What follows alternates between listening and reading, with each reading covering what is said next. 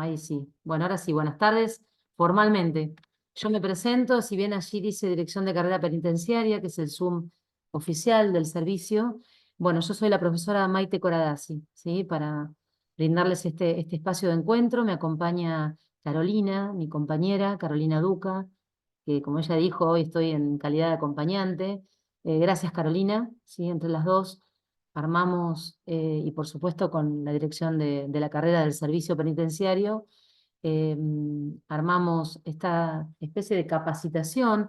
A mí me gusta decirle actualización también, porque recién nos estábamos presentando un poco para que ya todos se conecten. Y bueno, son colegas con mucha experiencia acá, no es gente que hace un día nada más. Y si lo hay, y si los hay, también es importante, porque son puntos de partida donde están ustedes. Así que bueno, estas son capacitaciones o actualizaciones. Esta es la primera de 4. Mi compañera va a dar 2 y la segunda de ella y la cuarta mía, ahí sí la vamos a dar en conjunto con Carolina, porque la idea es trabajar estos aspectos didácticos y pedagógicos en articulación con las plataformas. Es un poco lo que hablábamos recién fuera de micrófono, ¿no? Esto que la pandemia nos dejó, pero como algo positivo, estas posibilidades que tenemos de manera remota de encontrarnos. Fíjense que en un ratito, eso sí, bueno, con internet y con toda una serie de cosas, pero podemos estar cada uno desde un lugar diferente, encontrándonos y bueno, pudiendo llevar adelante este encuentro. La verdad es que es súper importante, no porque uno acá pueda llegar a descubrir la pólvora, sino porque hay un montón de cuestiones que lo que se sabe, bueno, se puede refrendar, y lo que no, bueno, se puede debatir, discutir y hasta poder llegar a aprender. Ustedes y nosotras también, de mi lado también, porque es una situación en la que no siempre aprenden solo los estudiantes. Esto ya tiene que ver más con una perspectiva pedagógica actual, ¿sí? Sino en este interjuego, o como le llamamos en didáctica y en pedagogía, la co-construcción del conocimiento, ¿sí? Así que bueno, esta es la primera explicación que tengo como para darles, ¿sí? Y esto nace en el seno de un nuevo diseño curricular que tiene la carrera, que ustedes saben que es la Tecnicatura Superior de Gestión Penitenciaria, ¿eh? Los nuevos técnicos, que es el, digamos, el título que van a tener, tienen un nuevo diseño curricular que surgió finalmente en octubre del año pasado, y este es el primer año. Ustedes son profesores probablemente, como se iban presentando, de este primer año, de estos primeros estudiantes, de esta primera cohorte de este nuevo diseño. Y bueno, el servicio penitenciario y toda la gente de la carrera docente nos invitó a Carolina y a mí, que somos parte porque, bueno, de alguna forma u otra estamos dentro del servicio penitenciario, a dar estos encuentros. Por momentos se llaman taller, yo la verdad que lo llamaría más que nada encuentros, si bien va a haber un espacio de preguntas también, ¿sí? Hay una primera parte que va a ser expositiva de mi lado, donde les voy a contar cuando les comparta un PowerPoint que después lo vamos a subir a un aula digital que la abrió mi compañera Carolina, ¿sí? Allí vamos a dejar este espacio grabado para que lo puedan volver a escuchar ustedes o no, y los compañeros que hoy no pudieron sumarse por diversas razones, tengan este espacio grabado, ¿sí? En ese repositorio. Y en esa aula también vamos a ir dejando algunos archivos de libros, capítulos, o algunos documentos que les pueden llegar a servir, ¿sí?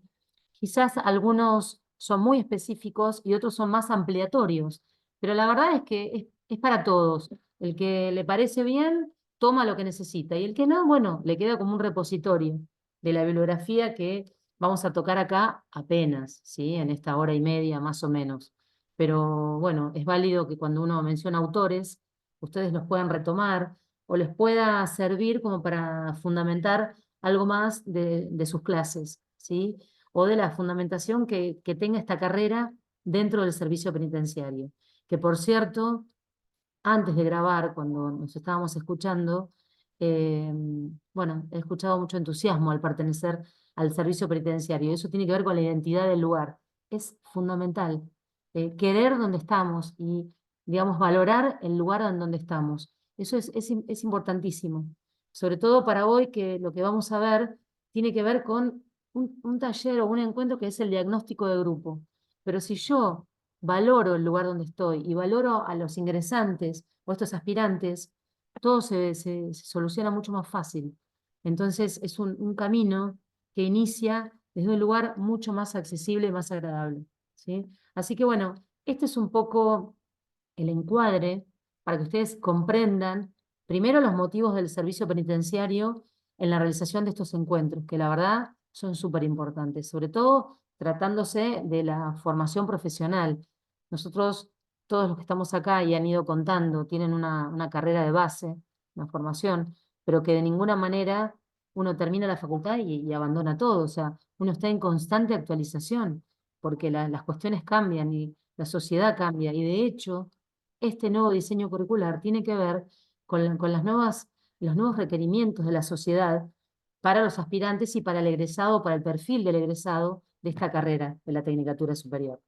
En definitiva, este nuevo diseño está preparado para atender los nuevos requerimientos. O sea, ¿qué requiere que sepa un técnico superior en gestión penitenciaria? ¿Qué necesita saber? Y qué por ahí no es tan importante que sepa. Entonces, ante ese planteo y todo ese debate del año pasado, es que se llegó a este diseño. Y lo importante es el armado de las clases, la revisión de las clases en virtud de este nuevo diseño, entendiendo que acá son profesores que ya vienen dando clase, ¿sí? Entonces, por eso, capacitación y yo diría actualización, ¿sí? Yo ahora les voy a compartir pantalla.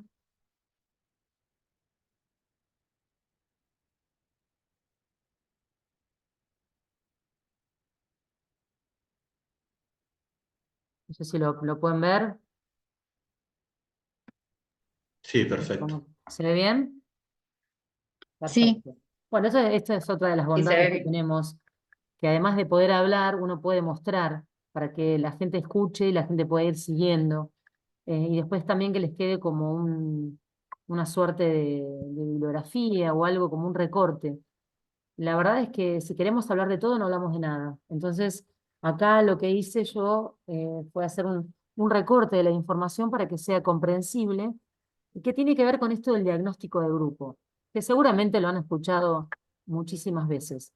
Si alguien, vamos a armar algunas cuestiones de base, si alguien quiere realmente preguntar algo porque no están comprendiendo y no pueden avanzar, me avisan, si no hay ningún inconveniente. Frenamos, contestamos, no hay problema. Está pensado esto para una parte expositiva primero y después toda una serie de preguntas, pero de ninguna manera quiero que se queden con dudas o que no les permita avanzar, porque hay algo que les hace ruido en el medio, ¿sí? Así que, aclarado esto, bueno, yo arranco a hablar y soy terrible. Así que por favor, y además tengo ahí en pantalla algunos y gran parte al PowerPoint que tengo acá, ¿sí? Bueno, como les decía recién, esto del diagnóstico de grupo, ¿sí? Que tiene que ver con evaluación inicial, porque mucho se dice del inicio del diagnóstico, y yo aquí, fíjense que en cada pantalla van a encontrar un subrayado, que es un poco como la idea central, y que tiene que ver con los puntos de partida. Es decir, nuestros estudiantes llegan con diferentes puntos de partida, con distintos saberes, con distintas experiencias. Entonces, esto es fundamental, el diagnóstico, para saber, bueno, a ver, estas singularidades en la grupalidad. Tengo un grupo de 30 aspirantes, ¿sí? Y resulta que, bueno, tenemos diferencias, tenemos situaciones diversas a la hora de tomar el grupo como primera clase para después planificar el año, para armar nuestra planificación, que por más que yo la arme antes de conocer al grupo, tendré algunas cuestiones en base al diseño, pero la verdad es que es necesario tener estos primeros encuentros para entender este diagnóstico o para hacer esta evaluación inicial, como también se llama, ¿sí?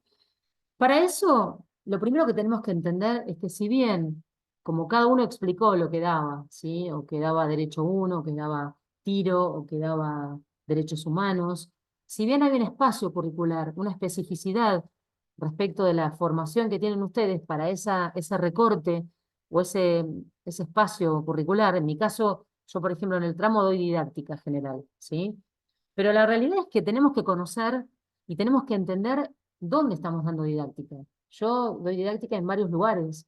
Estoy también en un instituto de formación docente, que es el número 9, pero que no tiene nada que ver con lo que es el servicio penitenciario. Entonces, cuando hablamos de diagnóstico institucional, y no con el ánimo de armar un diagnóstico desde una gestión directiva, para eso hay un equipo directivo, pero sí un encuentro de dónde estamos parados y cuál es la carrera y en qué lugar, ¿sí? Por eso hay algunos criterios institucionales que tienen que ver con el servicio penitenciario, con las características que tiene el servicio.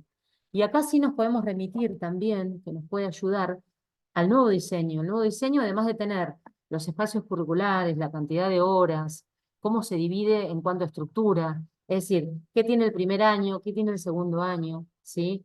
Además de hablar de eso específicamente, hay una parte que tiene que ver con la finalidad del nivel superior técnico y después con la finalidad de la carrera. Entonces allí nos vamos a encontrar con algo que tiene que ver con esto de lo institucional, de lo que es el servicio y lo que es la carrera. Inclusive este nuevo diseño tiene ejes que lo atraviesan, ejes transversales que se llaman. Yo acá me los anoté para no olvidarme, pero estos ejes no son solo para una asignatura o un espacio curricular nada más. Eso nos atraviesa a todos y a cada uno de los que están acá, ¿sí? En sus asignaturas, que tiene que ver con derechos humanos, tiene que ver con perspectiva de género, con diversidad, conducción democrática y trabajo en equipo. Fíjense, ninguno de estos digamos, son los irrenunciables. Ninguno de nosotros podría estar dando o dictando la materia sin atender estas cuestiones. Entonces, esto es lo que podemos llamar como un diagnóstico institucional para después pasar a todo lo que es el diagnóstico con mi grupo o con mis grupos. Capaz que ustedes pueden tener más de un grupo con la misma materia o dos grupos distintos con dos asignaturas distintas porque el título de base de ustedes les permite dictar una materia y otra materia. Pero la realidad es que ese inicio se podría constituir en lo que dice la primer placa de acá, que es el diagnóstico inicial, ¿sí? O el diagnóstico de nuestra materia en la institución. Y acá, bueno, como está subrayado, para conocer en profundidad a nuestros nuevos estudiantes, ¿no? Y además para diseñar nuestra práctica. Y en esto les hago como un apartado porque en la didáctica tradicional, esto del diagnóstico parecería ser como aparte de la planificación. Se diagnosticaba y después se comenzaba la planificación, después se comenzaba a dar los contenidos. En realidad, cuando uno diagnostica, también está trabajando o armando actividades para ya trabajar sobre los contenidos de la materia o sobre los ejes transversales. Entonces no es que estamos como usando parte del tiempo y no nos va a alcanzar para el desarrollo de los contenidos. Entonces, esto es una nueva mirada desde lo didáctico pedagógico y que sea parte este de diagnóstico de nuestra planificación. Y en definitiva es una parte de la evaluación. Después lo vamos a retomar bien cuando hablemos en el tercer encuentro sobre evaluación. Pero esto en definitiva es una evaluación, es como recoger datos para después tomar decisiones frente a nuestra práctica docente. Y para entender este concepto de diagnóstico, yo lo que les traigo acá es, les planteo el concepto de trayectoria. Yo no sé si lo han escuchado alguna vez o si lo escucharon en términos de lo que es la educación. Trayectoria se puede hablar en física, en un montón de disciplinas. Pero trayectoria en educación está muy trabajada por muchos autores, por ejemplo como Flavia Terigi, pero acá en líneas generales lo que hablamos es de una solución de continuidad. ¿Qué quiere decir esto? Que nosotros cuando recibimos a nuestros estudiantes, no los recibimos como algo en blanco que no estuvieron nunca en una institución y que no estudiaron. De hecho, el Instituto Superior 6001, desde el año 97 se constituyó en un instituto superior y requiere como requisito, valga la redundancia, que sean estudiantes con el nivel secundario aprobado, ¿sí? O sea que provienen ya de todo un sistema educativo anterior que promuevan, por supuesto, o sea, que lo hayan cursado, que lo hayan aprobado y que hayan promovido. Entonces, tenemos estudiantes con toda una trayectoria anterior, ¿sí? Entendido, como dice acá, como camino, como recorrido, como esa posibilidad, ¿sí? Y con esas historias, tanto sea historias personales como dispositivos escolares, que se conoce también con el nombre de biografías escolares. O sea, por dónde transitaron, por dónde fueron, cómo les fue, cómo se congenió eso de la vida personal con la vida escolar. Hasta uno podría repasar uno mismo. Bueno, a ver cómo me fue, a qué escuela fui. Bueno, en la primaria estuve en tal lugar, después mi familia se mudó, me fui a otra, y después me fui a otra. O gente que a lo mejor empezó y terminó toda en la misma escuela, la misma, obviamente en la misma ciudad, ¿sí? O sea, tantas historias de vida como personas existen. Entonces, esta trayectoria lo que nos permite es entender que vamos a recibir estudiantes con una diversidad absoluta de trayectorias, que es muy raro que coincidan generalmente unos con otros, ¿sí? Quizás podamos agrupar por algunas características, pero con trayectorias o con puntos de partida, como vuelvo acá a subrayar, que condicionan a esto y que nosotros, a la hora de diagnosticar, lo tenemos que tener en cuenta, ¿sí? Y allí abajo hablo de puntos de llegada, ¿sí? Que son esperables, pero que de ninguna manera podemos garantizar absolutamente, porque estamos hablando de sujetos y no de máquinas, ¿sí? Sí, por supuesto, tenemos perfiles de egresados, pero bueno, puntos de partida seguros, puntos de llegada a trabajar. Eh, y en términos de esto de las trayectorias, de por qué me interesa tanto, para que se entienda, por un lado que tenemos estas trayectorias que son teóricas, donde se espera que haya una linealidad, algo predecible, que ingresan al jardín, pasan a la primaria, pasan a la secundaria y después vienen a nosotros, en el caso del servicio penitenciario, ¿no? Son egresados del secundario, bueno, y los tenemos acá sentados en cada una de sus asignaturas. Eso es lo esperable, lo teórico, esas cuestiones de libro. Esto que lo tenemos que decir porque si bien es obvio, lo tenemos que interpretar en el sentido de un sistema con niveles, sobre todo desde la última ley de educación nacional y después la provincial, 2006 y 2007 respectivamente, donde se establece la obligatoriedad, por ejemplo, en el sistema educativo, desde los 4 años hasta los 17 años que termina la secundaria. Eso es obligatorio, es como lo irrenunciable. Nadie puede dejar sus estudios, porque hay toda una serie de mecanismos para ir a buscar esos estudiantes. Por lo tanto, nosotros recibimos con esta situación de anualidad y de gradualidad, perdón, del currículo. Ahora bien, esa es la teoría, eso es lo que se espera, es lo que en los libros tenemos como trayectorias teóricas. Pero ¿qué ocurre? Tenemos las reales, que es lo que tenemos aquí abajo en la placa, que son heterogéneas, que son variables. Cuando hablamos de desacopladas es porque no siempre la vida de un sujeto es la misma, ¿sí? Y muchos sujetos, bueno, por diversas razones, tienen que repetir un año, ¿sí? O tienen que repetir más de un año, o tienen que abandonar el sistema educativo y después lo retoman. Según la edad de los sujetos, no siempre se puede elegir. Muchas familias migrantes que van, que vienen, que por ausentismo tienen que retomar su escuela. Entonces, ¿qué pasa con esos 17 años que hablamos hace un rato? Quizás terminan la escuela mucho más tarde. Entonces vamos a tener estudiantes, nosotros, quizás gente que el año pasado estaba sentado en una escuela secundaria y hoy lo tenemos sentados acá. Hay gente que no, por diversas razones, porque fueron padres o madres, porque tuvieron hijos, porque tuvieron que trabajar, porque diversas razones. Y quizás entran con el tope de edad, los 25 años. Entonces, digamos, esas son las trayectorias reales.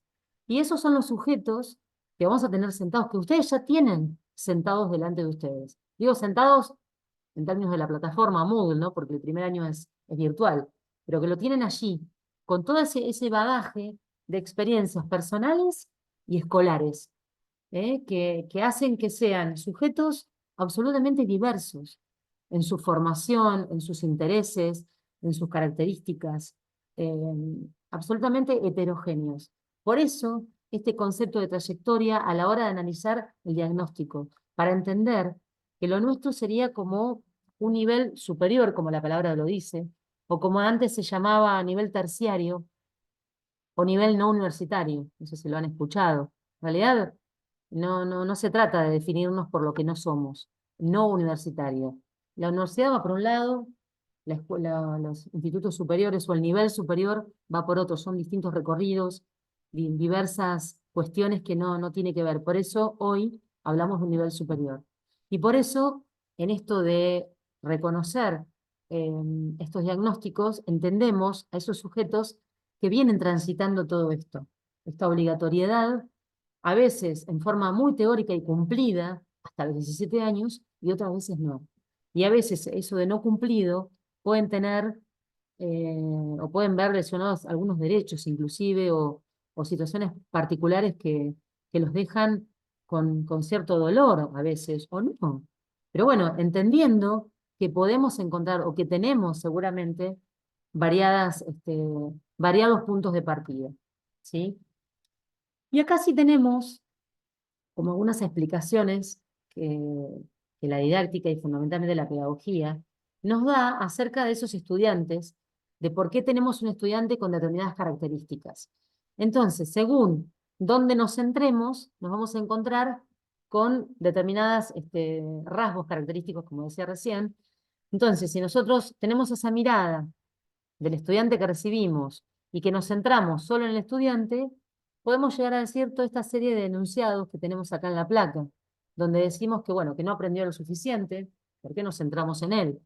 O que no alcanzó los logros del currículo, o que no realizó el esfuerzo necesario, siempre centrados en ese estudiante, o que tiene dificultades para la apropiación de saberes, que tiene problemas para seguir el ritmo. ¿Cuántas veces en algunas reuniones o en algunos encuentros que quizás han tenido, uno permanentemente dice, no alcanza el ritmo, fulano no alcanza, o este grupo no alcanza, no llega, no se esfuerza? Pero bueno, porque la mirada la tenemos, o el análisis solamente en los estudiantes, o como dice al final, dice la explicación de dificultad de la trayectoria, se centra en el estudiante y en sus capacidades, ¿sí? Ahora bien, también podemos encontrar algunas explicaciones cuando nos centramos en el estudiante, pero también en la familia o en el contexto de ese estudiante. Y allí le vamos a sumar algunas cuestiones que tienen que ver con el entorno, ¿no? Como cuántas veces decimos, bueno, pero el entorno no colabora, o la familia no colabora, o estudiantes que por ahí desde su casa tienen un celular y de pronto, bueno, tienen hijos o se han casado o trabajan y están como con cámara apagada. Entonces decimos, sí, bueno, sí, no, la verdad que el entorno no lo ayuda. Y sí, tiene internet cuando puede. Pero siempre como que hacemos el foco o ponemos atención en ese entorno, o las situaciones económicas o sociales que son desventajosas. Es decir, siempre focalizado en lo que rodea a ese estudiante, a lo que le pasa a ese estudiante en relación a la familia o a su contexto. Y por último, algo que tiene que ver más con una situación educativa, que está puesta la mirada sobre la institución educativa. En otros libros podrían encontrar en la escuela. Acá nosotros lo vamos a llamar institución educativa, que es el servicio penitenciario o la carrera, en realidad, del Instituto 6001.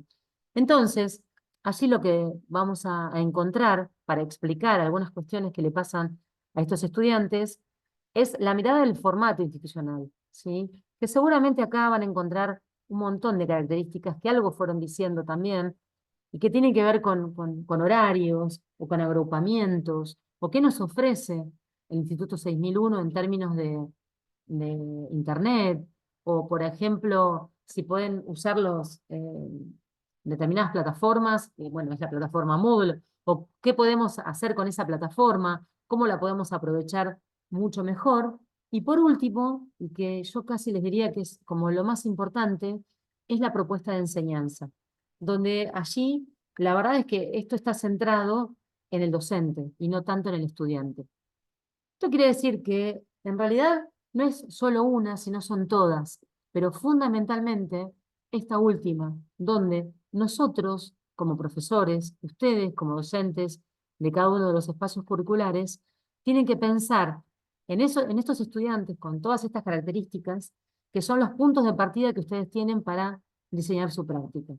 Y que es deseable o es esperable conocerlos, ¿sí? Yo no le digo tomar todo el año para conocerlos, porque se acabó el año institucional, pero sí tener en cuenta de cómo poder llegar a conocer a estos estudiantes y a todas estas trayectorias de las que estamos hablando, en contraste de lo teórico con lo real. Bueno, a ver, ¿dónde están posicionados? ¿Qué les pasó? ¿Cómo vienen hasta acá? ¿Qué los trae a este lugar?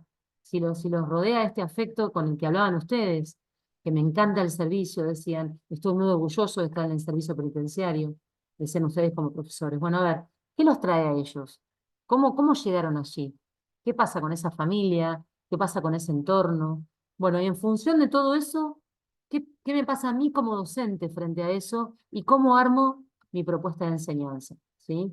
Por eso acá les armé este cuadro, que en definitiva tiene que ver con esto de apoyar estas trayectorias y que sean continuas y completas, es decir, esto de la solución de continuidad, de cómo vienen y cómo llegan. En realidad, esto lo hacemos el corte acá porque nosotros estamos posicionados en un primer año, si se quiere, de esta carrera. Pero también podríamos analizarlo en términos de algo que es sumamente complicado cuando los estudiantes pasan de un nivel inicial con un componente lúdico altamente protagónico y pasamos a la escuela primaria, que es lo que dicen muchos. Y bueno, pero pasan a no jugar, al rigor, al que aprueba desaprueba. Entonces, ¿cómo podemos esa trayectoria favorecerla y que eso no sea tan sentido?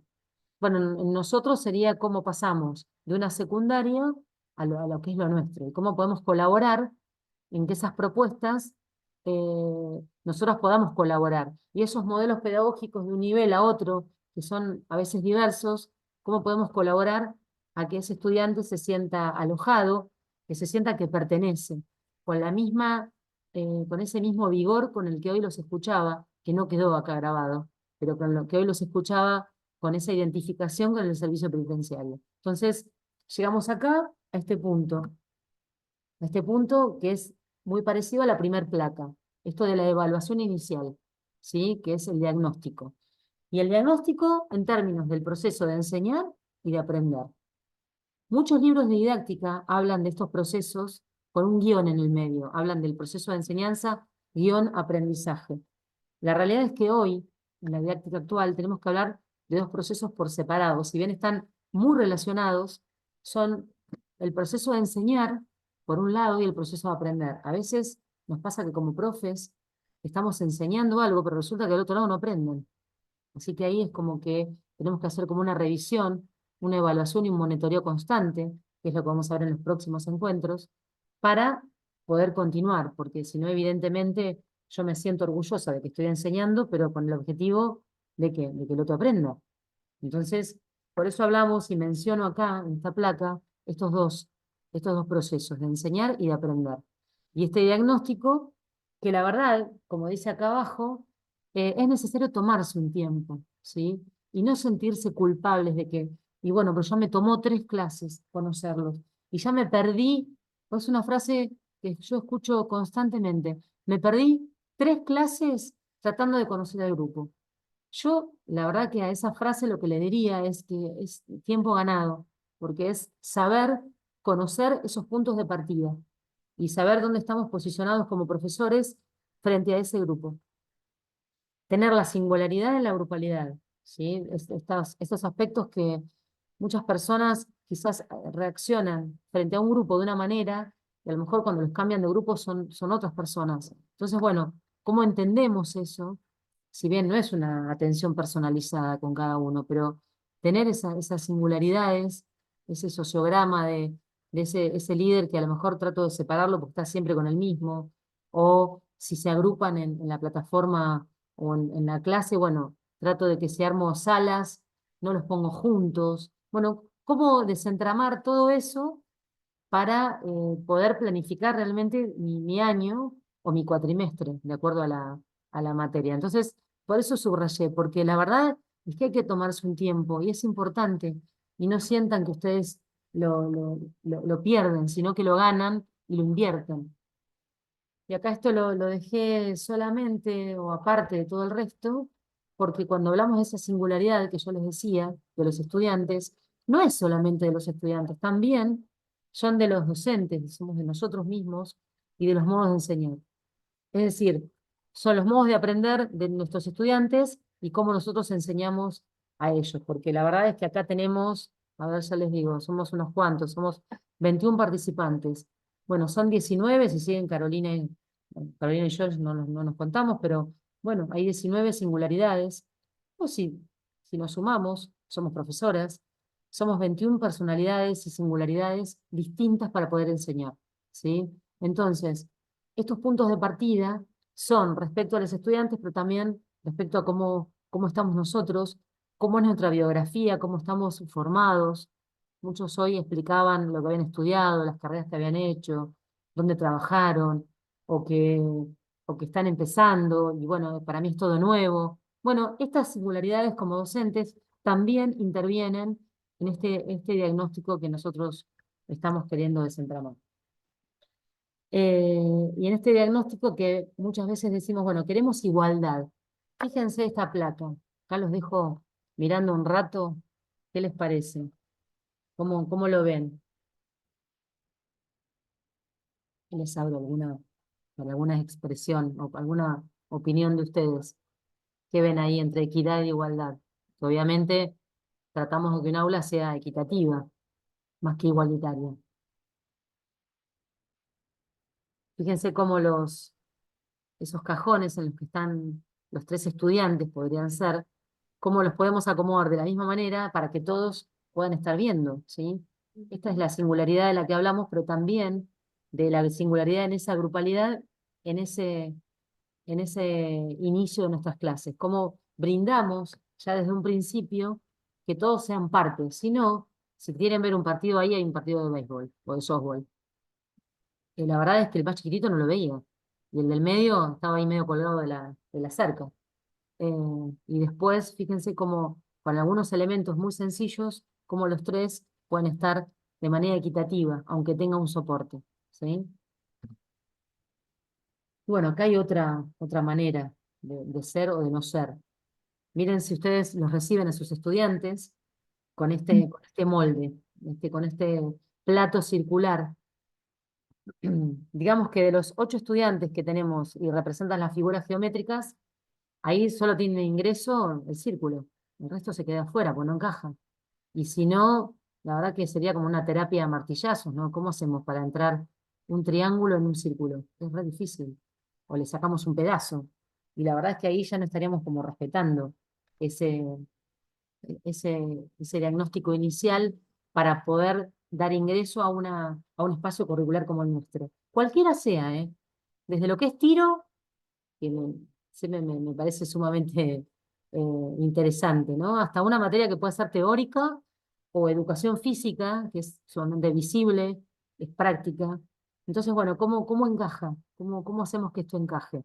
Entonces, nuestras primeras clases, nuestras primeras acciones y actividades para poder conocerlos, si nosotros utilizamos estas estrategias, la verdad es que estaríamos complicando, ¿sí? Estaríamos posicionados en, digamos, una pedagogía que tiene que ver más con viejos posicionamientos y donde no atendemos a la equidad, sino por ahí una igualdad, donde queremos homologar a todo el mundo. Y eso hoy no es posible, o no sería esperable de que esto suceda. Entonces, para que suceda no eso, sino otras cuestiones de cómo poder reconocer a nuestros estudiantes y que estos estudiantes, al poderlos reconocer, que también estemos ganando en nuestras clases, ganando en el sentido de que no sientan como una pérdida esas clases y que a su vez nos ayuden a conocer algunas singularidades, pero también en la grupalidad, y que abandonemos un poco esta cuestión del docente que está permanentemente hablando como estoy yo ahora, como que estoy haciendo lo único que hago es hablar, pero bueno, esto tiene un sentido más capacitador y actualizador. Pero fíjense si en la primera clase solo estamos como en esas figuras anteriores o solo hablando. Darles la oportunidad también a ellos a que puedan decir, bueno, qué les pasa, qué les interesa, cómo quieren. Entonces podemos hablar de algunas rutinas de pensamiento, que es lo que les traje hoy. Esto es un título que responde a un autor norteamericano, que el libro, ya se los voy a poner en la página, que le llama así Rutinas de Pensamiento, y que permite, como una actividad de inicio, que nos sirve a nosotros como profesores, pero también que les sirve a ellos como estudiantes, para, para trabajar, para conocerse, para conocer a los otros, porque no es solamente nosotros conocer a ellos, sino que también entre ellos se conozcan. Y hoy, insisto, con esa charla que tuvimos previa, muchos de ustedes decían, bueno, qué bueno, qué bueno podernos encontrar acá, escucharnos, ¿sí? Porque son espacios interesantes. Entonces, el permitir una clase y escucharse, además de que les sirve a ellos, también nos sirve a nosotros. Estamos avanzando con algunas cuestiones que tienen que ver con el diseño curricular y estamos haciendo un diagnóstico, ¿sí? Y no sienten o no deberían sentir que ese tiempo que insumen es un tiempo que se pierde en respecto del espacio curricular en el que ustedes están brindando, ¿sí? Entonces acá tenemos como tres acciones, ¿no? Como medio como tres objetivos casi serían, ¿no? Esto de pienso, porque lo pongo en mi primera persona para el estudiante, para que sea como más, que lo aloje un poco más. Entonces, yo pienso qué me interesa y después investigo, ¿eh? Se lo pone justamente en primera persona porque hay una especie de protagonismo ahí, donde se lo cedemos el protagonismo al estudiante. Perdón, un poco de agua. Le cedemos ese protagonismo, se lo cedemos en realidad porque lo tiene ganado, porque hoy la perspectiva pedagógica tiene que ver con construir ese conocimiento, con la guía, con la ayuda, con la colaboración, el docente como mediador, pero no como único transmisor de los conocimientos, ¿sí? Sino ayudar a ellos a descubrirlos. Y de este modo, a mí me permite conocer a nuestros estudiantes, saber por dónde va la cosa, en una palabra. Entonces, el pienso, una actividad que invita a pensar, la verdad es que hacer algunas preguntas, que es una muy buena estrategia, el guiar con preguntas es muy interesante, porque si yo les pongo 15 minutos a nuestros estudiantes, les decimos, en 15 minutos, a ver, escriban lo que están pensando respecto a eso. Yo la verdad que puedo esperar 15 minutos, puedo estar mirando en la computadora si están haciendo, si no lo están haciendo, o supónganse que esto lo usan algunos profesores de segundo año, que están en la presencialidad, y están mirando la hoja, si escriben un renglón, si escriben 5, pero no lo sabemos hasta que eso sucede, salvo que sea una actividad eminentemente práctica, como tiro, como educación física, donde les decimos, bueno, tienen que correr 2 vueltas al patio, y yo veo si lo están haciendo, claramente. Y veo cómo lo hacen, además, si lo hacen rápido, lento, o acá el compañero que estaba junto con Luis, Brian, con tiro. Entonces, ¿qué hacen? ¿Cómo lo hacen? Si estamos hablando de presencialidad. Pero la verdad es que si no, no se evidencia el pensamiento. En cambio, si yo establezco una pregunta donde concretamente lo tienen que explicar o después decir, bueno, ahí estamos partiendo de un punto de partida, valga la redundancia, donde colaboramos para que ese estudiante pueda tener más claro para dónde salir disparado, diríamos, ¿no? En términos vulgares, hacia dónde tiene que ir. Y por eso la pregunta es, ¿qué crees que sabes sobre este tema? Porque la realidad es que partimos, y ahí sí volvemos al concepto de trayectoria. A veces escuchan porque tienen familias penitenciarias o porque les interesa. Hay gente que mira permanentemente videos en YouTube o mira TikTok o mira en Instagram un montón de cosas y saben cosas. A veces las conocen mal, pero bueno, si está errado, nosotros nos vamos a encargar de guiarlo, pero saben, hay un montón de cuestiones que saben y nosotros hasta nos podemos sorprender de todo eso que traen ellos. Bueno, esta es una muy buena pregunta para saber estos puntos de partida. ¿Qué sabes sobre este tema? ¿Sí? Y además está permanentemente guiada, porque no van a divagar. Bueno, ¿qué saben de esto? Listo. Lo piensan y lo escriben. Me interesa. ¿Qué responde a eso? Le podemos preguntar, bueno, a ver, ¿qué inquietudes tenés sobre este tema? Como puedan, como ellos se les ocurre decir, y cuando se van escuchando unos a otros, seguramente se van a ir animando y van a ir preguntándose, preguntando al otro, y se va a armar un diálogo, primero individual y después grupal, sobre cuál es el interés. Y ahí volvemos sobre los puntos de partida. Ahí tenemos, además de lo que saben, tenemos lo que les interesa, porque a veces lo que conocen no les importa, ¿sí? O no sabían que lo sabían. Mucha gente falta estar empoderada. Entonces, creen que no saben nada y por ahí saben un montón de cosas. A lo mejor lo que no tienen es certificar esos saberes, pero lo saben y además el plus de que les interesa eso.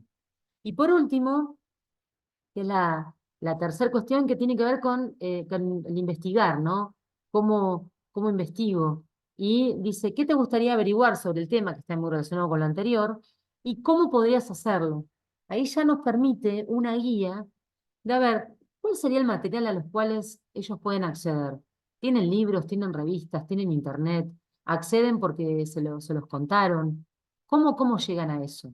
Sí, Brian, acá levanta la mano. Muy bien, me encanta. Sí, perdón, en referencia a lo que No, estabas por diciendo, favor. nosotros los profes de tiro, amén de que la materia no es solamente tiro y manejo de armamento, pero sí hablar sobre los conceptos, sobre legislación, tenemos también sobre penal, por lo que es la legítima defensa, por lo que es las condiciones que otorgan y las agencias que controlan el material controlado, pero tuvimos que, en este tipo de educación a distancia, ¿por qué digo que es positivo? Yo pude reunir en distintas comisiones, bueno, el año pasado yo tenía 5 comisiones, gente que estaba en puntos totalmente distantes, que es un poco lo que hablabas, ¿viste? El tema de grupos. Sí, Tenía gente que estaba en Pila, que era cerca de Atucha, y tenía gente que estaba en Bahía Blanca.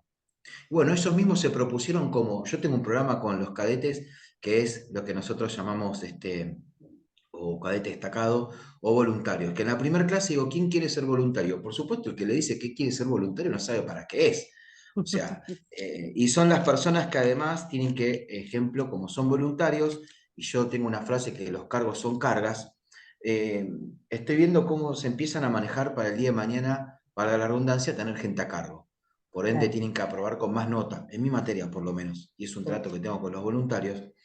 Pero nosotros los profesores de tiro, que tenemos que exponer armamento, y cuando hablamos de armamento, la materia tiene el 70% que no es armamento, es legislación, es claro. doctrina, es el manejo dentro del servicio. Pero tuvimos que poner 4 cámaras, más la cámara de la computadora.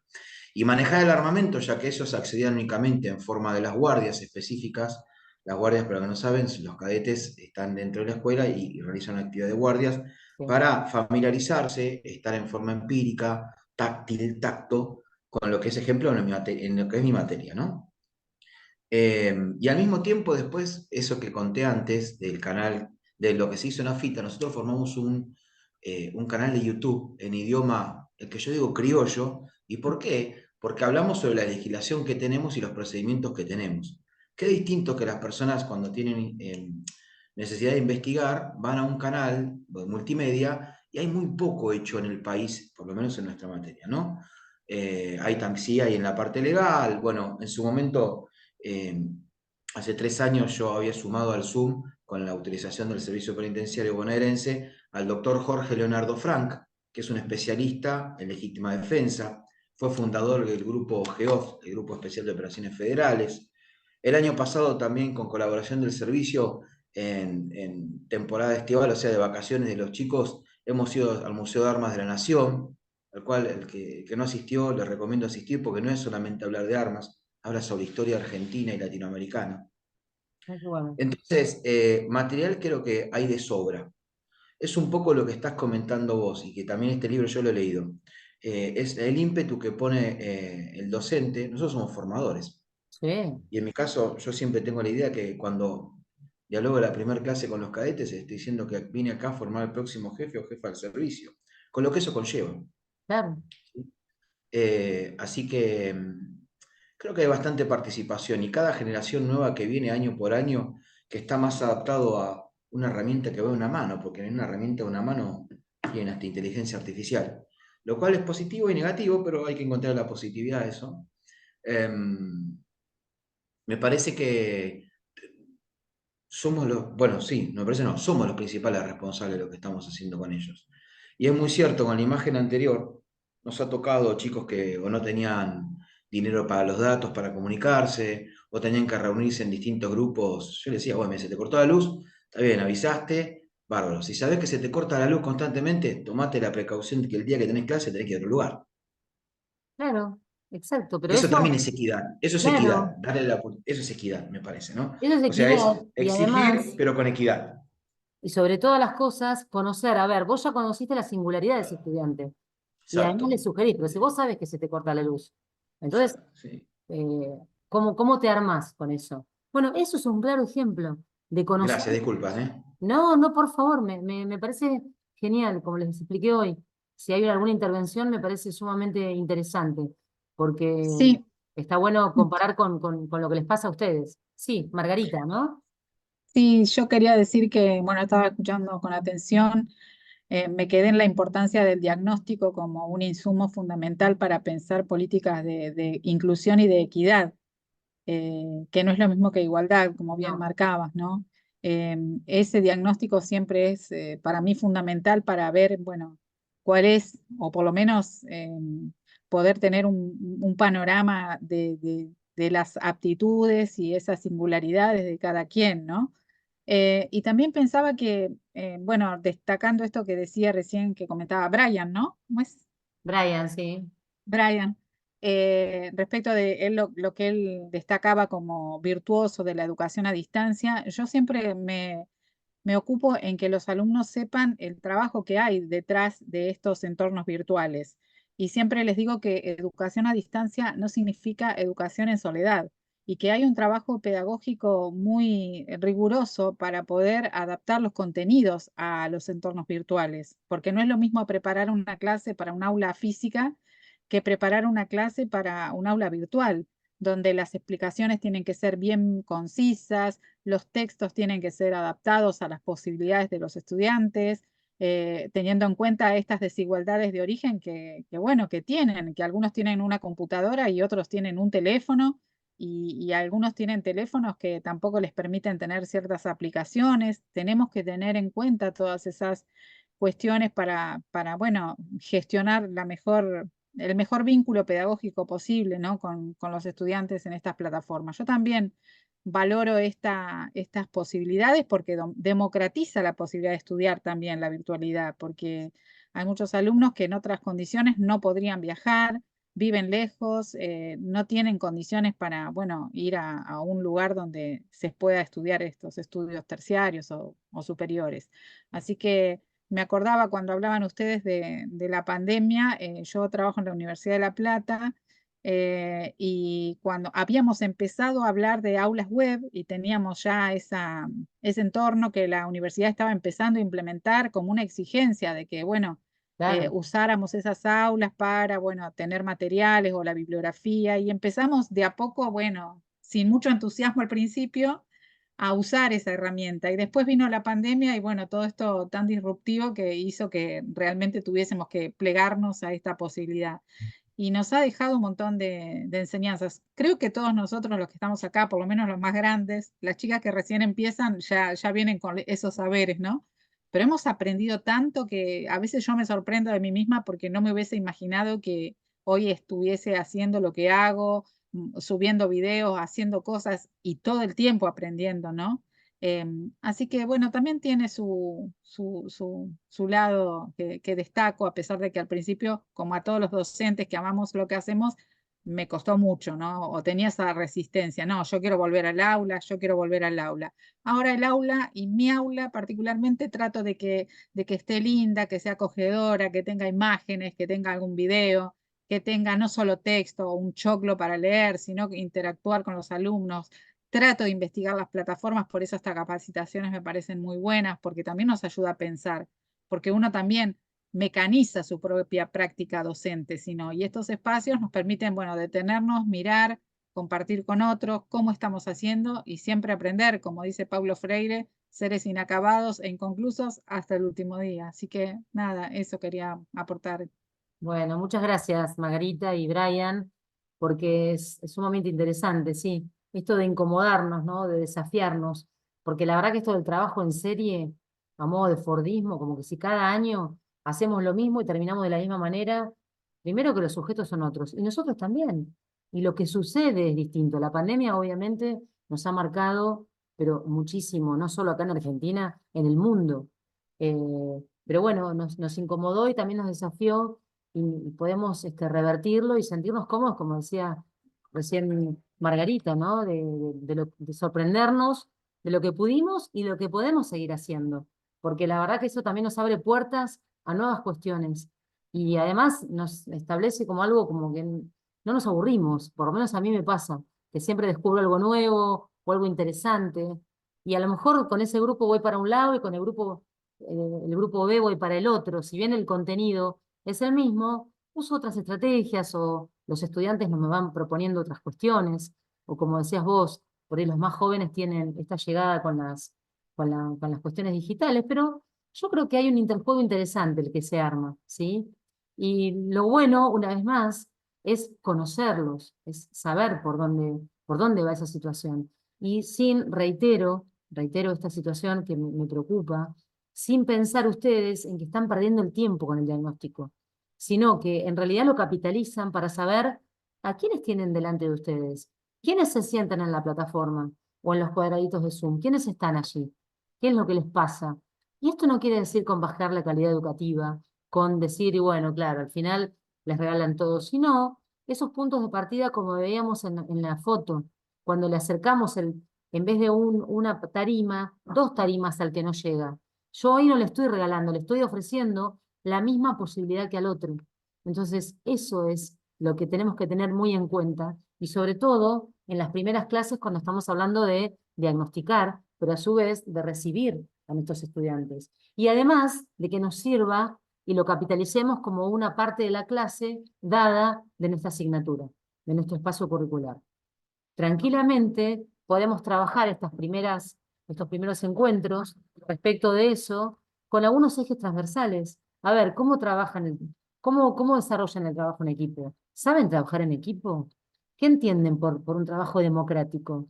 ¿Respetan la opinión de uno sobre el otro? ¿Qué es lo que ocurre? A lo mejor no me estoy metiendo ni en derechos humanos, no me estoy metiendo todavía en lo específico de la asignatura, ¿sí? Del espacio curricular. Pero perfectamente tenemos que formar ciudadanos técnicos superiores en gestión penitenciaria con esas características. Y además que tengan la posibilidad de una toma de decisión rápida. Si yo siempre le digo a un individuo, a un sujeto, lo que tiene que hacer, cuando está en un penal y pasa un motín, ¿qué va a estar esperando? ¿Que el jefe de penal venga y le diga lo tiene que hacer? ¿O tiene que hacerlo rápidamente porque hay dos o tres situaciones? Toma la decisión que le parece la más correcta. Bueno, para eso, ese técnico superior, como es el título, para eso lo tenemos que formar. Y no es diciéndole tenés que tener esta posibilidad, sino hacerlo. Y para que ellos lo hagan, nosotros somos los responsables en que suceda eso con las actividades sucesivas que le vamos a brindar en nuestras clases. Y las primeras clases, que son esenciales para atraerlos, para enamorarlos, si se quiere, de la materia y del servicio penitenciario, bueno, tenemos este tipo de actividades que son actividades para ellos, pero para nosotros resulta que nos sirve para diagnosticar qué saben, qué no saben, qué les gusta, qué no les gusta, a dónde echan mano, qué tienen para manejarlo, cómo lo hacen, cómo lo usan, eh, qué es lo que utilizan. Entonces, este es un muy buen ejercicio en las rutinas de pensamiento. En el pienso, me interesa e investigo, ¿sí? Y acá tenemos un poco el desarrollo, como para adentrarnos en esto de qué significa esto de las rutas. Igual después yo les dejo el texto, pero tiene que ver con diseñar esto de propuestas de enseñanza que aborden la heterogeneidad, ¿no? Esta palabra que por ahí es tan escuchada, tan nombrada, pero que es una realidad. Si nosotros pensamos en las trayectorias y en lo que hoy tenemos como puntos de partida, la verdad es que son aulas heterogéneas, claramente. Son enfoques pensados en que son sujetos diferentes, ni mejores ni peores, diversos por el momento, ¿sí? Distintos. Y también hace que nosotros nos veamos obligados, aún siendo formados muchas veces 30 años atrás, 20 años atrás, ¿sí? Pero que nos obliga a que hoy revisemos y repensemos cuáles son nuestras concepciones respecto a la diversidad. Mucha gente dice, no, tengo un aula muy diversa, yo así no puedo. Yo digo, la sociedad es diversa, la gente es diversa, entonces el aula también es diversa. Nosotros tenemos que poder con eso. Y es una responsabilidad ahí sí nuestra. ¿Vieron cuando hablábamos en las placas de cuando centramos toda la explicación en la responsabilidad del estudiante, en la responsabilidad de la familia? Bueno, yo acá les diría que aquí hay una responsabilidad en cómo yo elaboro mi práctica de la enseñanza, cómo establezco, cómo armo mi planificación. en función de estos puntos de partida, en función de estas trayectorias absolutamente diversas, puntos de partida totalmente distintos. Por eso el concepto de diversidad también lo tenemos que trabajar nosotros desde nuestra formación, y seguir leyendo y seguir capacitándonos, como acá ustedes hablaban, y también capacitándonos, si se quiere, tecnológicamente, a ver qué le podemos brindar, o qué es lo que ellos saben. Bueno, listo, usemos. Yo como les digo a veces en las clases de didáctica, si el recurso es no un libro, un video de TikTok que dura 30 segundos y sirve como para poder enganchar, usemos el TikTok y después pasemos más adelante a un capítulo y después quizás a un libro. Porque si de entrada tiramos eso a un grupo de gente con puntos de partida muy diversos, con poca conectividad y por ahí con una situación donde no creen que saben o que pueden, que es algo peor, la verdad es que lo único que estamos haciendo es reforzar esa determinación de que no pueden. O es ofreciéndoles como en esa placa el plato redondo para el triángulo, para el rombo, para el paralelogramo. No pueden encajar. Entonces, ofrezcamos esto, pero para eso tenemos que revisar nosotros nuestras concepciones de la diversidad, como dice ahí. Y por último, repasar esto de enfoques de aulas heterogéneas, que es un concepto de una autora que no sé si la han escuchado nombrar, Rebeca Anijovic, está viva, habla mucho sobre educación, sobre estrategias y fundamentalmente esto de aulas heterogéneas, es decir, cómo trabajar la heterogeneidad como un punto de intervención que favorezca mi planificación, ¿sí? No como algo negativo, como algo para igualar a todos iguales. No sirve. Es una concepción bastante vieja, esto de los primeros en primaria, por ejemplo. El A eran todos los mejores, los más brillantes. El B, los más o menos, el C, los repetidores. Las condiciones y los puntos de partida se entendían que había que juntar a todos iguales. Hoy la verdad es que el concepto de aulas heterogéneas de Anijovic y de muchos autores, en el plano latinoamericano y en el plano del contexto mundial, Europa, Estados Unidos, partimos de la misma base. Hoy la didáctica general, actual, parte de esta diversidad, porque la realidad es esa, ¿no? Y estas son las rutinas de pensamiento. Este es el autor que tenemos acá de figura, que es Ron Richard, que tiene que ver con que los estudiantes desarrollan eh, sus propias preguntas de investigación, ¿no? Cómo pueden llegar a eso y cómo nosotros, ay, perdón, se me pasó cómo nosotros podemos colaborar para llegar a eso. Colaborar parece como optativo, en realidad es nuestra responsabilidad, es nuestra obligación como docentes, ¿sí? Ahí sí es la responsabilidad del docente. Yo a veces, un poco en chiste, un poco en broma y un poco en serio, siempre les digo a los estudiantes, bueno, la culpa es del docente, porque hay una gran responsabilidad en cómo diseño para que el otro ingrese o no ingrese. Después sí habrá, ahí se mencionó, creo que Margarita lo dijiste vos, esto de aptitudes y actitudes. Es decir, qué es lo que traemos y cómo lo desarrollamos, lo mejoramos, lo entrenamos, cómo estudiamos con las actitudes, con la vocación para algo o con el dedicarnos. Pero hay actitudes que, bueno, se tienen que desarrollar, pero nosotros tenemos que poner en valor todo eso para poderlo trabajar. Y la mejor manera es poderlos conocer y que ellos desarrollen sus propias pautas de investigación. Y fundamentalmente, como dice acá, pero esperen que voy a correr, si no, no lo puedo leer. Dice, ¿cómo estructurar el pensamiento y volverlo visible? Muchas veces ellos creen que no están pensando, pero en realidad sí lo están haciendo. Entonces, la pregunta como estrategia es fundamental para el diagnóstico inicial, donde yo hago que ellos puedan pensar, pero que se den cuenta que lo están haciendo y que lo pudieron hacer, en definitiva, ¿sí? Es como un juego de roles. Este es otro ejemplo, el debate, algo que se usa muchísimo, como algo contradictorio a alguna clase expositiva. Bueno, a ver, hoy vamos a trabajar el debate, vamos a trabajar esto de que nos escuchamos todos. La verdad es que el debate es muy complejo, ¿sí? Para llegar a un debate tenemos que tener todo un ejercicio democrático de saber escuchar, no solo oír, sino de qué está hablando mi compañero o mi compañera, de por dónde va la cosa, ¿sí? Y es interesante la combinación de un trabajo singular con un trabajo grupal.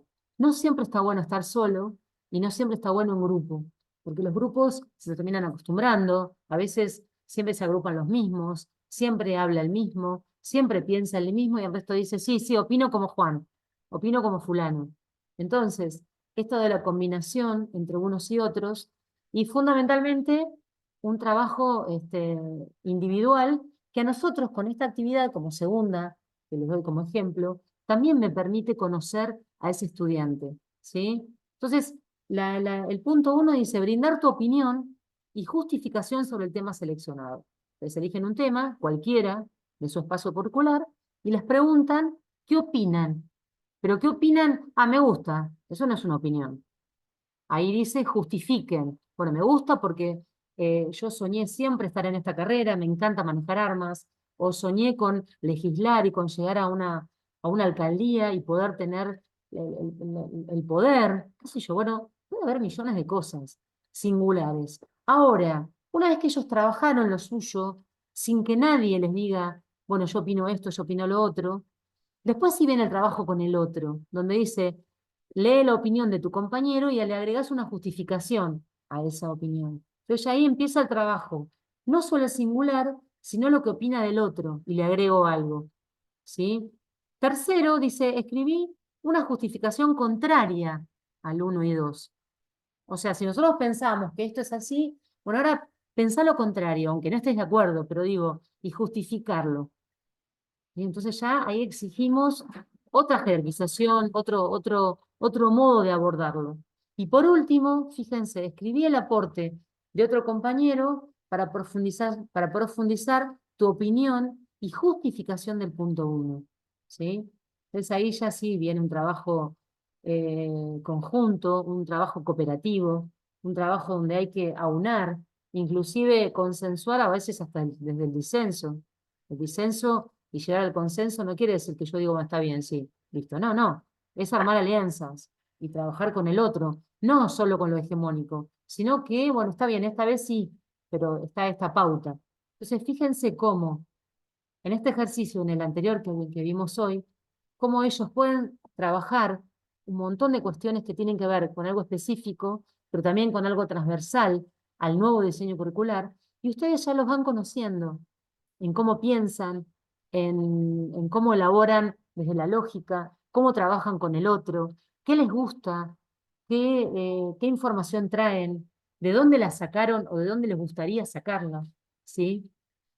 Y son dos cuestiones, que esto lo pueden hacer en 2 clases, tranquilamente de 120 minutos cada una, más o menos, porque el poder pensar y elaborar exige un tiempo determinado. Y tranquilamente esto se puede hacer.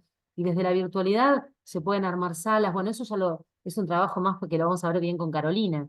Pero digamos, este es un ejercicio concreto de todas las cuestiones teóricas que hoy les hablé, de un diagnóstico, de una trayectoria y un punto de partida a donde llegamos, o un ejemplo claro, ¿sí? Para comentarles que, bueno, esto no es solo una teoría, sino que además, cómo se logra hacer. Y sobre esta plantilla, bueno, millones de actividades que las pueden recrear sobre esto y sobre estas rutas del aprendizaje o rutas del pensamiento, porque esto de aprender a aprender no es algo fácil. Por más que yo le diga, pensá, la verdad es que si yo no le doy una herramienta para que lo haga, una guía, no lo van a poder hacer. O lo van a poder hacer algunos, nada más. Entonces, estoy dando clase para un 20%, un 50%, según cómo se trate. ¿Sí? ¿Hasta acá queda más o menos claro? Nos vamos quedando, vamos Sí, sí, acercando. creo que es claro y además, Maite, me parece que suma un montón y esta nueva mirada, ¿no? De que vos hoy hablabas al principio de de la pedagogía en donde es esta retroalimentación constante con nuestros docente-alumno para, bueno, este proceso de llegar a conocerlos. Y bueno, y también esto que mencionás del trabajo en equipo, pero también este trabajo individual que he tenido oportunidad y que también está en la nueva currícula, esto de lo que es el trabajo en equipo, ¿no? Y en la materia de teoría de las decisiones y conducción democrática, Oh, yo siempre les hacía mucho foco en esto, ¿no? bien. En que la construcción de trabajar en equipo va a llevar siempre, obviamente, hablando de lo que vos decías, no todos vamos a pensar exactamente igual y ahí viene la heterogeneidad de pensamiento, de diferencias, pero sí bajo una misma premisa, bajo una misma línea y un poco enamorándonos de esta cuestión del sentido de pertenencia a la institución, en este caso, poder trabajar en equipo siempre va a sumar a lo individual. Y después yo les pongo ejemplos, trato de hacer eso, de lo que, cómo pueden llegarse a dar distintas situaciones en donde, vos misma también lo decías, tienen que tomar una decisión inesperada ante una situación X en una unidad, pero si bien la tienen que tomar, está todo su grupo de compañeros, de autoridades, Sí, que claro. siempre va a ser mucho mejor que tomar una decisión individual o tomar, sí, justamente individual y algo más quería decir de la clase porque me resultó muy interesante porque tiene que ver mucho con esta nueva pedagogía de el docente se va formando junto con el alumno. Y este Sí. alumno heterogéneo de la facultad, del servicio, de policía, de, no sé, de los que toca darles en fines del barrio, es impresionante cómo tenemos que tratar de Sí. hacer este diagnóstico y no es para nada, es una pérdida de tiempo.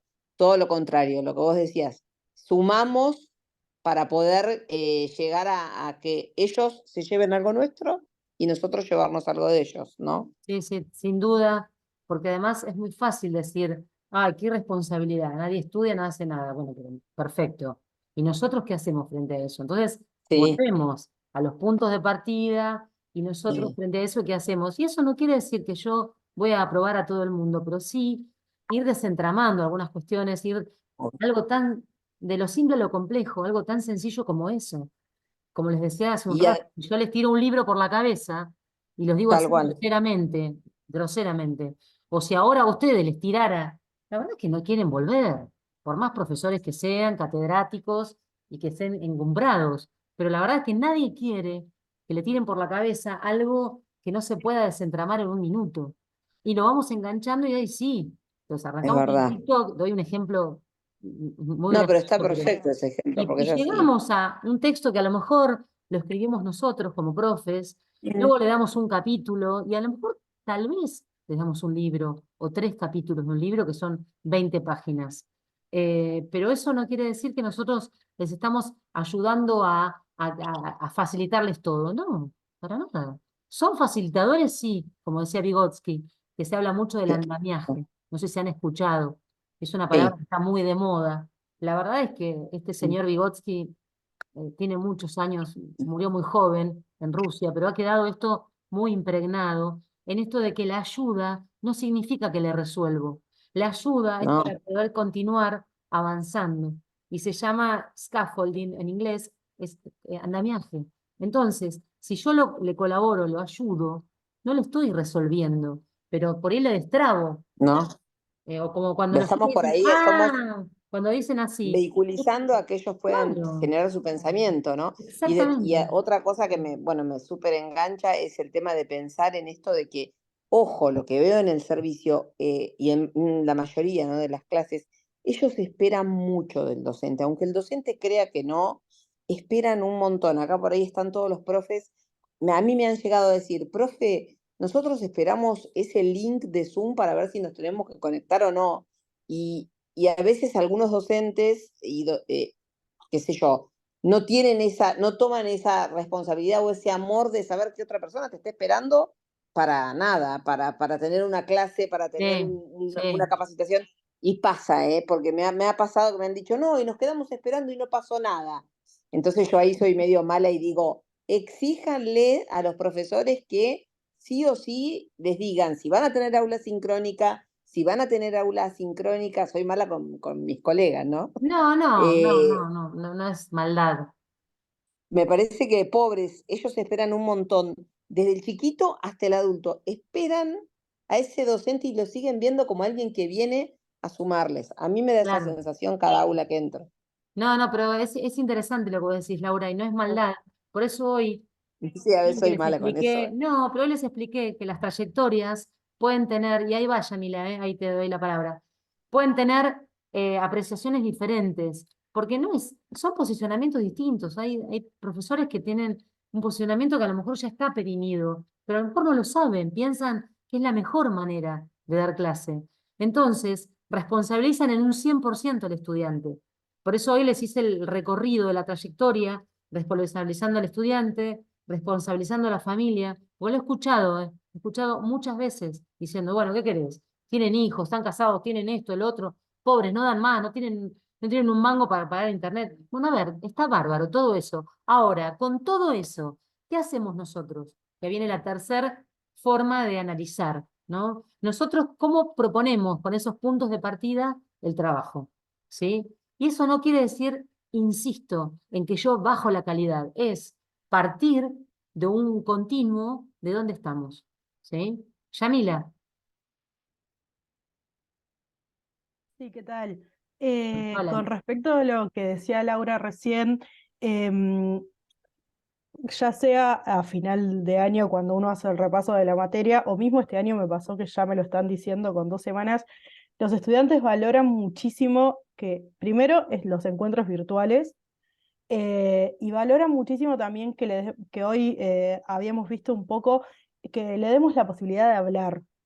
Es algo que lo destacan constantemente, que están todo el tiempo diciéndome, bueno, profe, porque acá podemos decir esto, acá podemos, el tema de los debates, el tema, el tomar la palabra a ellos también y que su voz tenga un valor dentro del contexto en el que estamos. Me parece que es algo que valoran muchísimo.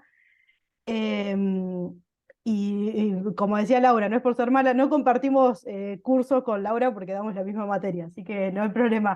Pero o sea que no hay problema.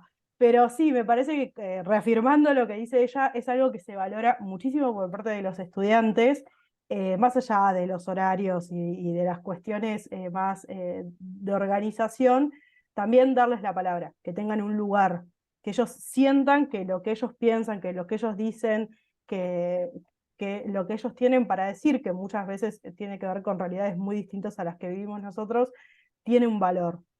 Entonces, bueno, me parece que como dar eh, esa opinión con respecto a eso y después con lo que venías diciendo sobre el tema de esto de no es bajar el nivel y de poner la culpa siempre en el estudiante y demás, digo la culpa o el peso Sí, de la sí. materia sobre el estudiante. A mí me pasó el primer año que como que decía, bueno, pero esto no les está llegando, o quizás, bueno, los años anteriores tuvimos cursos muy grandes, entonces obviamente tenías realidades muy diversas, pero lo que me pasó en un momento dije, bueno, capaz que el problema también soy yo.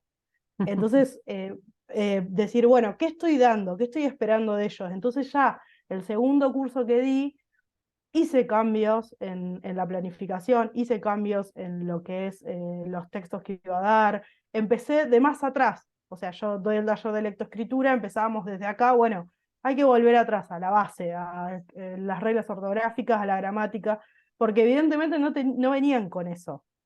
Entonces eso me resultó, la verdad es que me pareció que los resultados fueron muchos mejores y bueno, me parece que también como docentes a veces tenemos que decir, bueno, ¿soy yo el problema de todo esto?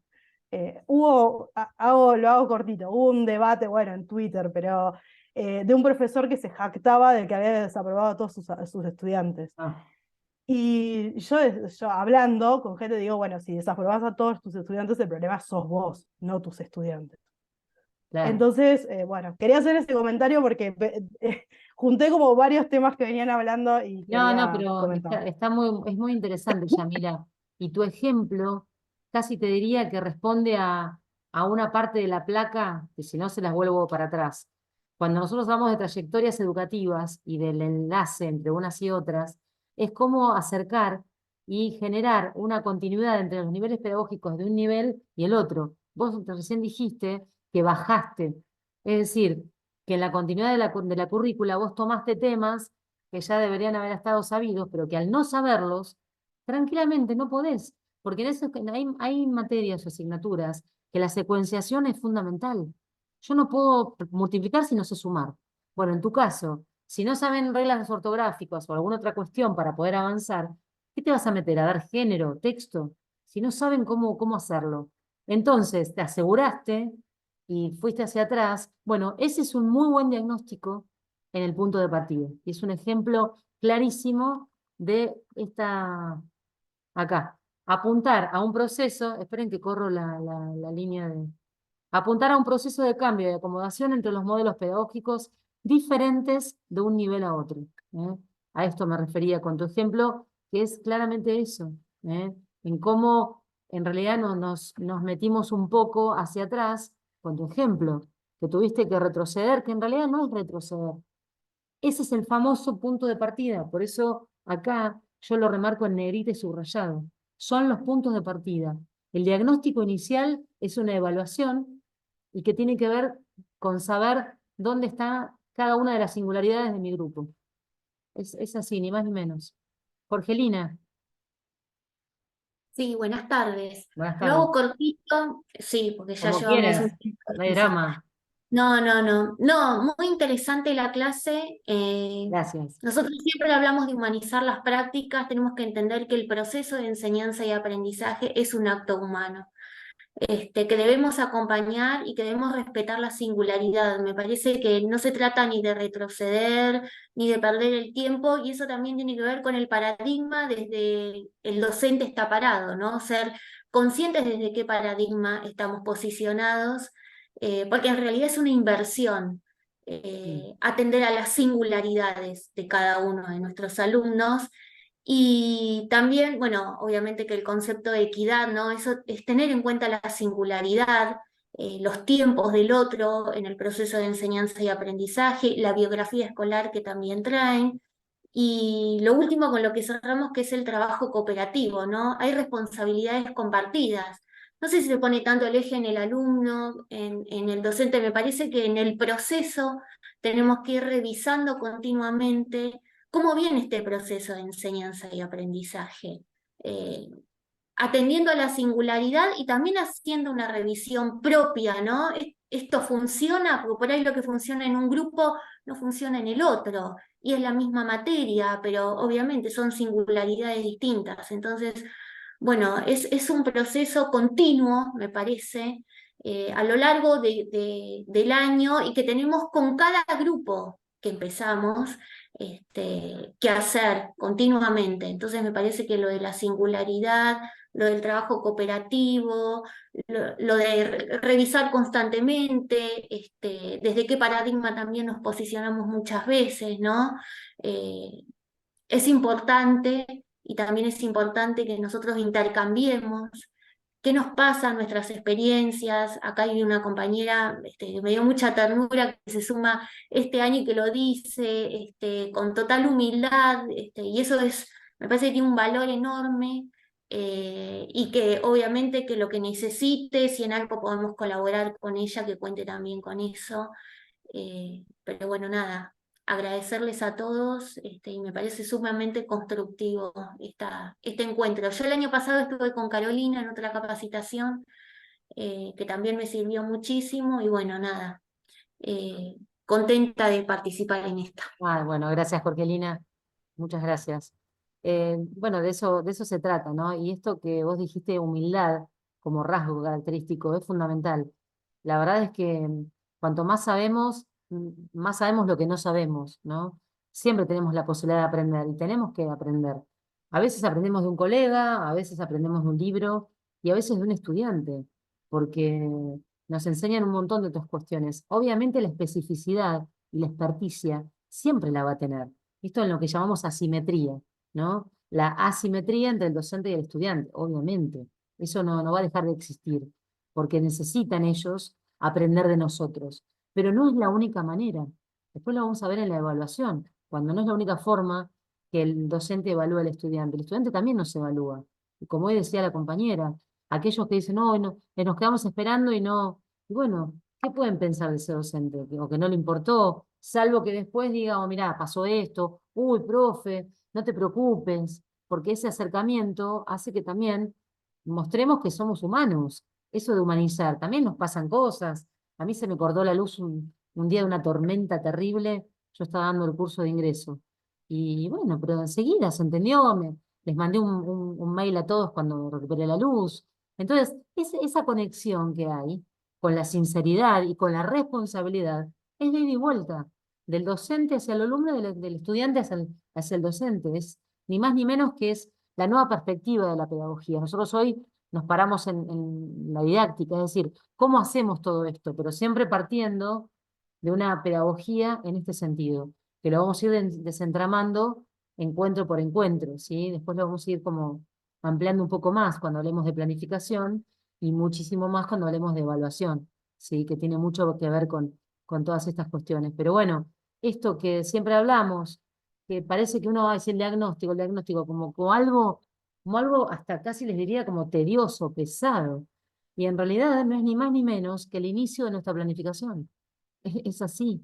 Diagnosticar es parte de la planificación y fundamental, además, hacerlo como parte de nuestra clase.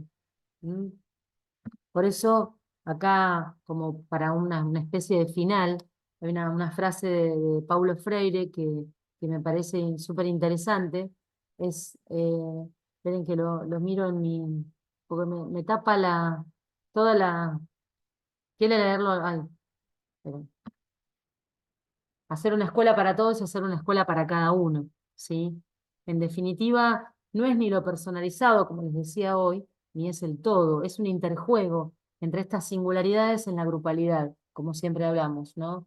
En el cada uno dentro de esa grupalidad, porque obviamente hay contenidos mínimos a los cuales llegar, poder enseñar, y bueno, y que eso suceda. Ahora bien, como contaba la compañera recién, si tuvo que ir hacia atrás, bueno, entender en la trayectoria que la materia del año siguiente, que sea seguramente correlativa de la materia que era de Gisela, creo que eras vos, que dabas taller de oralidad, bueno, probablemente no alcance a ese contenido y lo puedan ver en el año siguiente. La cuestión es que al terminar o finalizar la tecnicatura, cuando sean técnicos, realmente tengan esos saberes que son esperables y que son como irrenunciables, que los tienen que conocer.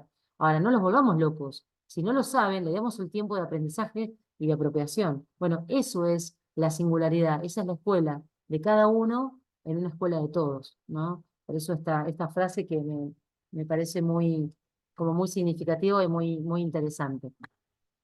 Yo acá les dejo mi nombre y mi apellido y lo que yo estudié en la facultad. Después, bueno, hay millones de cursos, cosas en el medio que no los voy a cansar de ninguna manera. Pero bueno, mi formación tiene que ver con las ciencias de la educación, por el cual yo doy didáctica, pero también educación física. Siempre di clases de ambas cosas, de una cosa y de la otra. Es más, me ha pasado, les cuento una infidencia, cuando me veían con ropa deportiva, pensaban que era la hermana de la que daba clases en el aula, con el jean y las botas, porque hay todo como una cuestión, ¿no? De los saberes teóricos, o más que tienen que ver con un desarrollo intelectual, en principio, o algo más práctico. Y en realidad trabajamos la corporeidad, ¿no? En educación física, el saber hacer, o el pensar y el comunicar. Pero bueno, son profesorados, en definitiva, nada más que son distintos saberes. Eh, es una combinación, quizás les pueda parecer extraña, pero para mí muy interesante y me encantan. Me gustan las dos cosas. Me gusta la educación física, sigo con esa tarea y me encanta todo lo que es las ciencias de la educación. Mi especialidad es la didáctica, es cómo enseñar a enseñar, cómo les enseño a los otros a enseñar. Bueno, estoy en el tramo, como les contaba a algunos de los compañeros que están acá. También di clases en el inicio del primero y del segundo año de la escuela de cadetes, como comúnmente se llama, desde el Instituto 6001. Y bueno, doy clases en varios institutos, pero en todos doy didáctica. Me encanta, es una de las cuestiones que me súper interesan. Y acá lo que les dejo, esto va todo colgado igual en la página, ¿sí? Pero estos son algunos de los textos, no todo el texto completo, por supuesto, pero sí cuando hablamos de algo que es de autoría de otro, bueno, mencionarlo, por supuesto. Por eso esto de las rutas de pensamiento tiene que ver con Ron Richard, que es hacer visible el pensamiento. Bueno, Litwin, Anijovic, Ruth Harf, Terishi y Elsie Rockwell, que es una experiencia de etnografía, que no hablé mucho, pero después voy a tomar algo sobre lo que es el enfoque etnográfico que tiene que ver con el trabajo situado o contextualizado, ¿sí? Pero eso como un rasgo más intercultural y más sería como una bibliografía optativa, yo les diría, no obligatoria.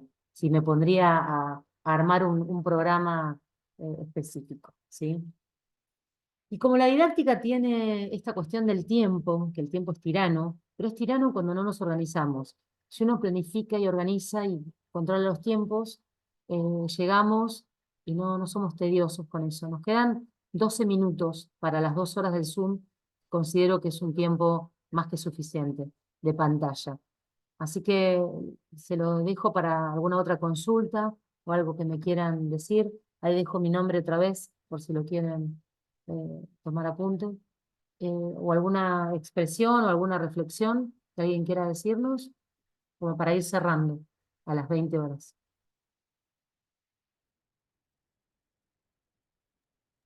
No, Eh, agradecer, yo, muchas gracias. Ah, perdón. Voy a dejar de no, no, compartir, así los veo a todos. Ahí está. Sí, no, solamente lo dejo como algo que siempre pienso, que lo he manifestado en algunas reuniones que tenemos también en la escuela Bucetich, por la escuela de cadetes, que es que nuestros estudiantes también tienen una a veces mirada sobre sí mismos como que no pueden, como que están en un camino porque no tienen la capacidad para estar en otro. Yo siempre les digo que valoro enormemente el hecho de que estén buscando un futuro, porque es una realidad que la mayoría de ellos busca un trabajo. Y yo siempre les digo que valoro inmensamente esos esfuerzos que hacen porque son jóvenes, a veces son padres y bueno, inician este camino para tener una profesión y bueno, eso es valorable. Y siempre lo digo que en otras instituciones educativas al alumno es como que eso siempre lo digo en la escuela de policía y siempre estoy insistiendo en lo mismo, como que el alumno se sienta querido por la escuela. Es un estudiante, aunque vaya a ser policía, aunque vaya a ser un penitenciario, que se sientan estudiantes, porque es una escuela, son estudiantes. Y a veces creo que por parte en algunas prácticas, en algunas asignaturas, siento que o no me gusta o lo manifiesto explícitamente cuando no me gusta el tratamiento hacia los alumnos porque son estudiantes. Y a veces los mismos profesores que dan clases en estos institutos, acá en el servicio o en la policía, no son los mismos profesores que cuando dan clases en otros espacios educativos, con otros estudiantes, en la facultad o en otros terciarios. Y no entiendo por qué esa diferenciación, ¿no? Entonces, recupero esto que decían tanto Laura como Jorgelina de humanizar las prácticas, sobre todo en estos ámbitos, ¿no? Donde creo que a veces existen algunos tratamientos no adecuados por parte de algunas personas respecto de estos alumnos que nosotros estamos formando. Yo me claro, siento enormemente comprometida con esa humanización en estos espacios porque creo que además es muy importante para formar fuerzas de seguridad respetuosas de los derechos humanos y democráticas, pero hay que empezar por respetar a los sujetos de la educación que habitan nuestras aulas. Esto es algo que siempre manifiesto y siempre lo tengo preocupación y como una mirada atenta, ¿no? Y me claro. preocupa mucho. Que se sientan queridos por la institución, son nuestros estudiantes, como si fueran de cualquier otro terciario, de cualquier otra carrera. Tal cual, Sí, es claro, verdad. totalmente, coincido. Sí, Gracias, Margarita. coincido también. Hay una frase, Margarita, que recordarás del fallecido exdirector, comisario mayor Rubén Peralta, que falleció hace poquito, Sí, que mi siempre amigo le decía, personal. eh, que siempre decía lo mismo con los cadetes, ¿no? Que esta es su casa y que cuando se sientan perdidos vuelvan a casa. Era una frase que siempre Sí. decía.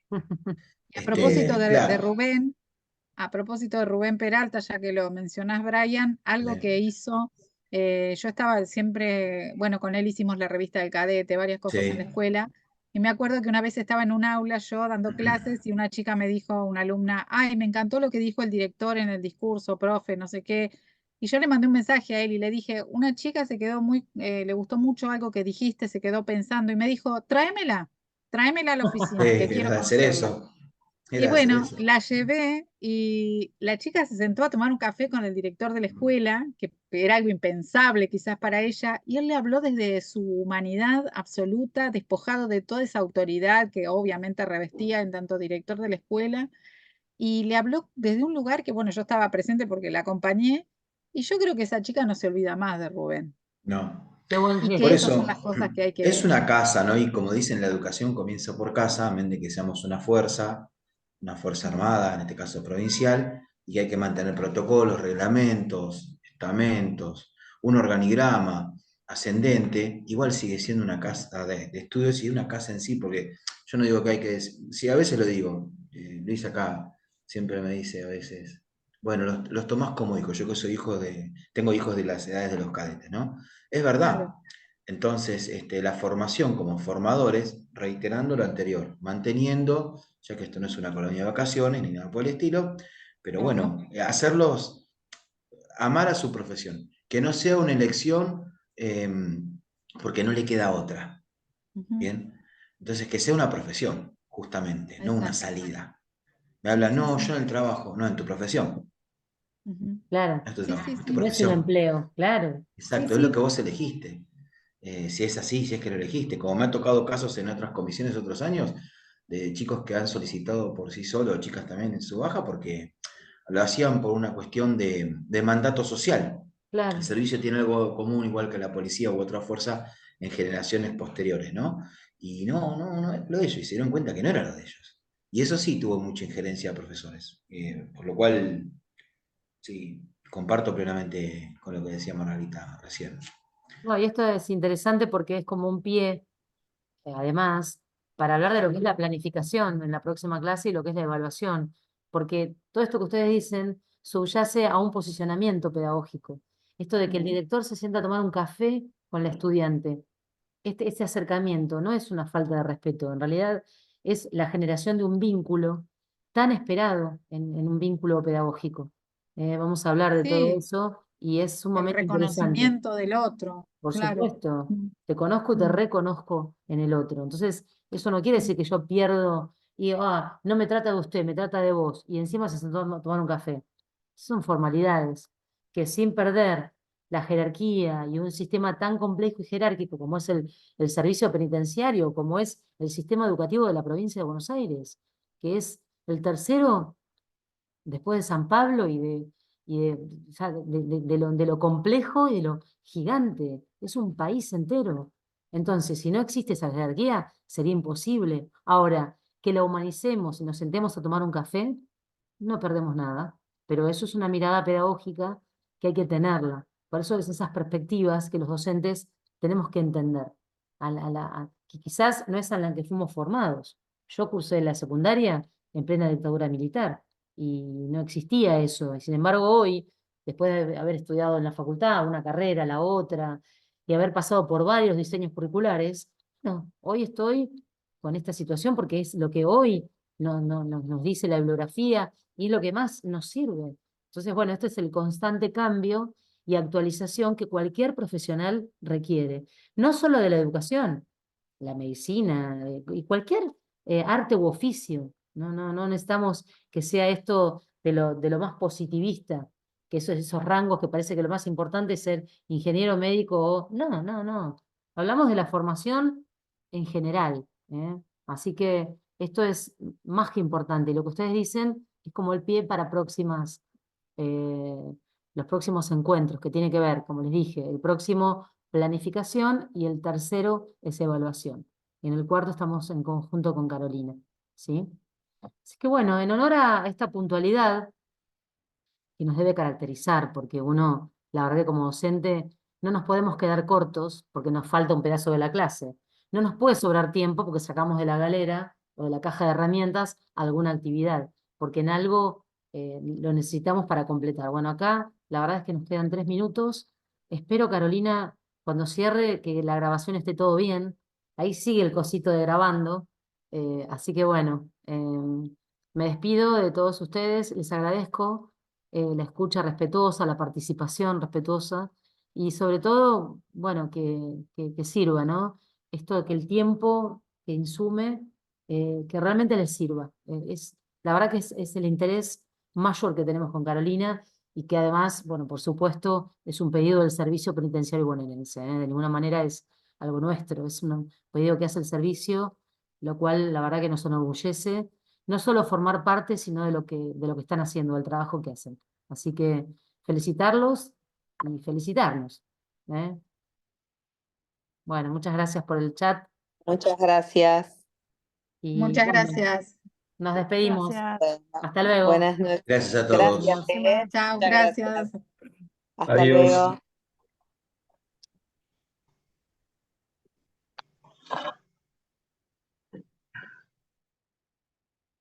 Y bueno, me voy a quedar con vos, Carolina. Escúchame.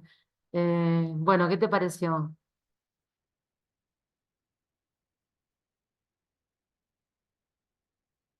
Estás muteada, ¿eh? Ahí está. Ah. No, te decía si querés detener la grabación, así se descarga el video.